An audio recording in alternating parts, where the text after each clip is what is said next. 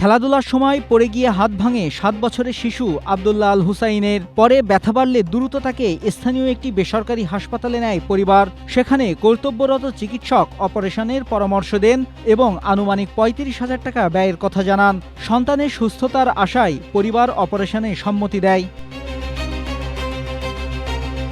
শিশুটির অপারেশন পরদিন করার কথা থাকলেও অপেক্ষা না করেই 9 এপ্রিল দুপুরে শিশুটিকে অপারেশন থিয়েটারে নেওয়া হয়। দীর্ঘ 5 ঘন্টা অপারেশন থিয়েটারে শিশুটিকে রাখার পর হাসপাতাল কর্তৃপক্ষ জানায় রোগীর অবস্থা আশঙ্কাজনক, দ্রুত অন্য হাসপাতালে নিতে হবে। পরে স্বজনরা তাকে অন্য একটি বেসরকারি হাসপাতালে নিয়ে গেলে দায়িত্বরত চিকিৎসক শিশুটির আগেই মৃত্যু হয়েছে বলে জানান। পরিবারের দাবি, শিশুটির হাতে ব্যথা ছাড়া আর কোনো সমস্যাই ছিল না।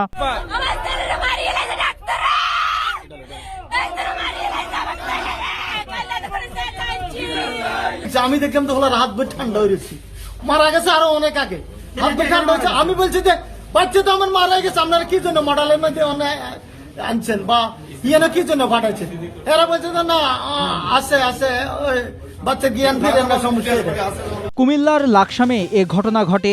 ঘটনার পর ক্ষুব্ধ স্বজনরা রাতেই শিশুটির মরদেহ নিয়ে সংশ্লিষ্ট হাসপাতালের সামনে অবস্থান নেন এবং দায়ীদের শাস্তির দাবিতে বিক্ষোভ শুরু করেন। এক পর্যায়ে বিক্ষুব্ধ জনতা সড়কে টায়ার জ্বালিয়ে অবরোধ সৃষ্টি করলে এলাকায় উত্তেজনা ছড়িয়ে পড়ে। স্থানীয়দের মধ্যেও এ ঘটনার ক্ষোভ বিরাজ করছে এবং দ্রুত প্রশাসনিক পদক্ষেপের দাবি জানান তারা।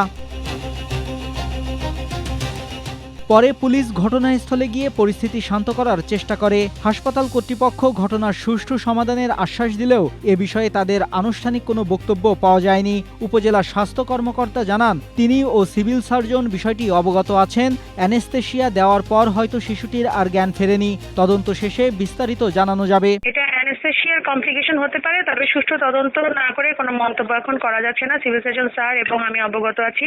আমি অলরেডি সকালে হসপিটালের সামনে গিয়ে ঘুরেও দেখে আসছি। হসপিটালে এখন কোনো কার্যক্রম চলছে না। ম্যানেজার এবং অন্যান্য লোক।